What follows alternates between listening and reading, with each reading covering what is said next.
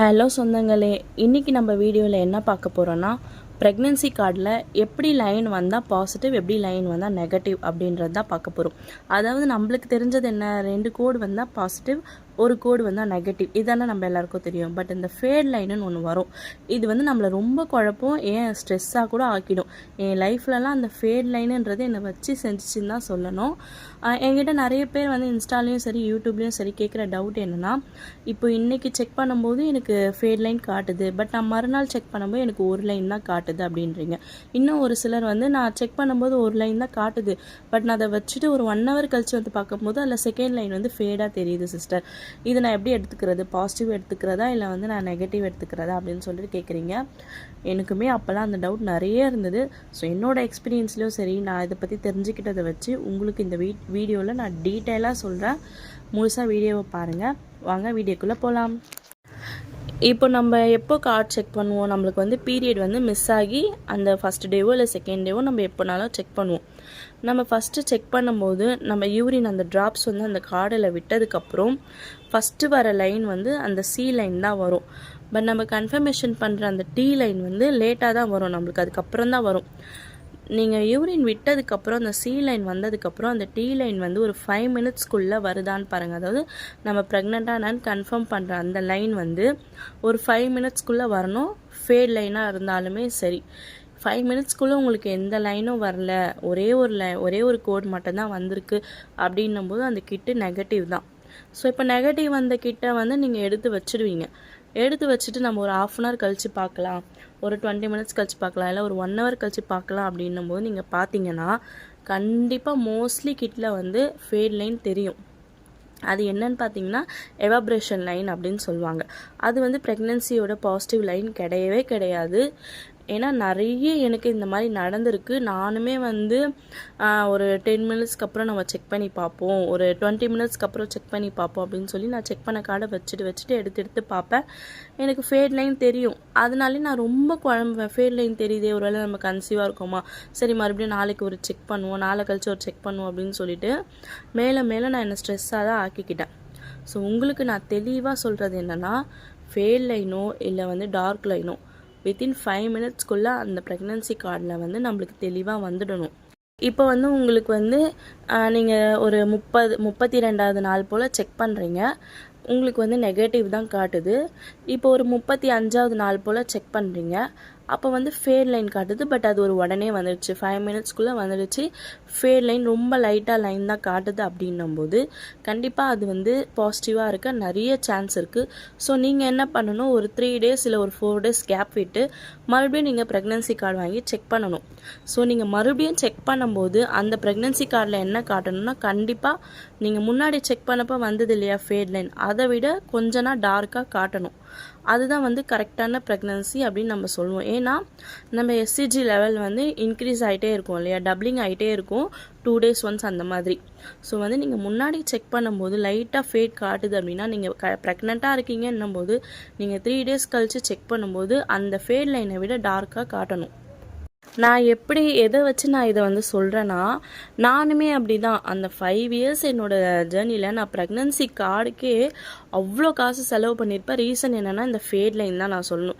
எனக்கு முன்னாடியே வந்து ஒரு லைன் மட்டும் வந்தது, இல்லை நான் எப்போ செக் பண்ணாலும் ஒரு லைன் மட்டும் தான் வருதுன்னா ஓகே, என்னென்னா நம்ம நெகட்டிவ் தான் வருது, நம்ம ப்ரெக்னென்ட் இல்லை போலன்னு சொல்லிட்டு நான் நெக்ஸ்ட் வேலையை பார்க்க போயிருப்பேன்.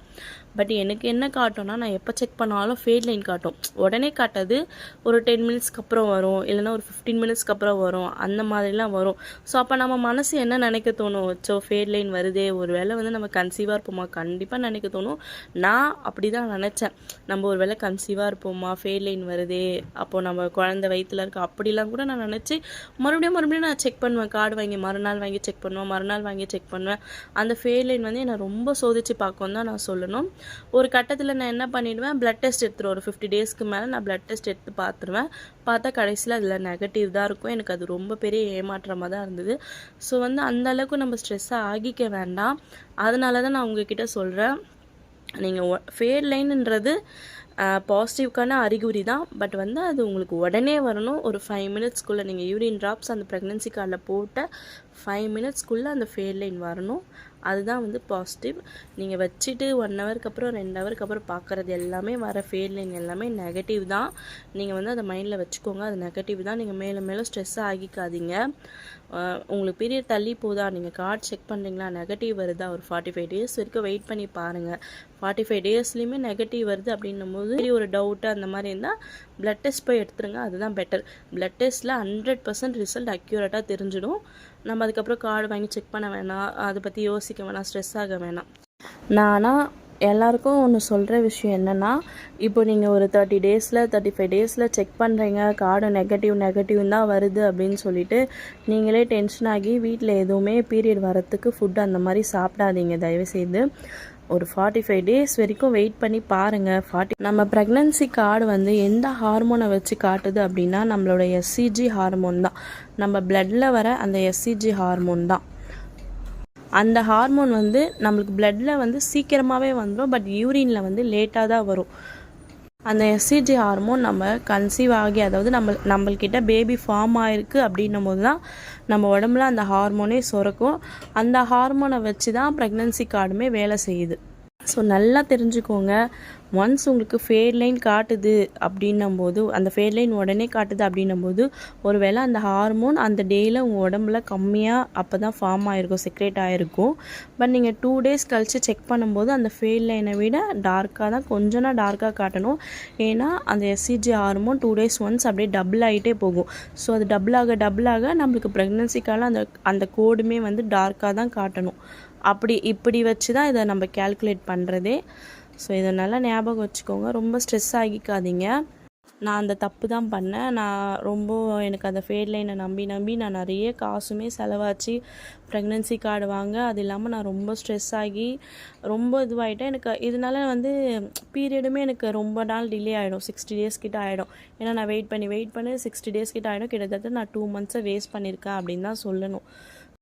கண்டிப்பாக வந்து இந்த வீடியோ பார்க்குற எல்லாருக்கும், இல்லை பேபிக்கு பிளான் பண்ணிகிட்ருக்க எல்லாருக்குமே வந்து சீக்கிரமாகவே கடவுளோட அருளால் பேபி பிறக்கணும். நானும் கடவுள்கிட்ட வேண்டிக்கிறேன். நீங்களும் வந்து கடவுள்கிட்ட வேண்டிக்கோங்க. நீங்களும் கொஞ்சம் அதே டைம் எஃபர்ட் போடுங்க. நான் இப்போவும் சொல்கிறது என்னென்னா, நீங்கள் கடவுளை நம்புங்க, உங்களை நம்புங்க, அது போதும். வேறு யாரையும் நம்பாதீங்க. ஏன் மெடிக்கல் கூட நீங்கள் அந்த மருத்துவம் அதை கூட முழுசாக நம்பாதீங்க. நம்ம உடம்புல என்ன நடக்குது அப்படின்றத யாராலையுமே 100% சொல்ல முடியாது. நான் என்னோடய எக்ஸ்பீரியன்ஸில் சொல்கிறேன். கடவுள் நினச்சா அதை தடுக்கவும் யாராலையும் முடியாது. ஒரு விஷயம் நடக்காதுன்னு சொல்லி டாக்டரே சொன்னாலும் கூட கடவுள் நினச்சா அதை நடத்தி காட்டுவார். எனக்கு அந்த மாதிரி தான் நடந்தது. அதனால் நான் இந்த விஷயத்த முழுசாக நம்புகிறேன்.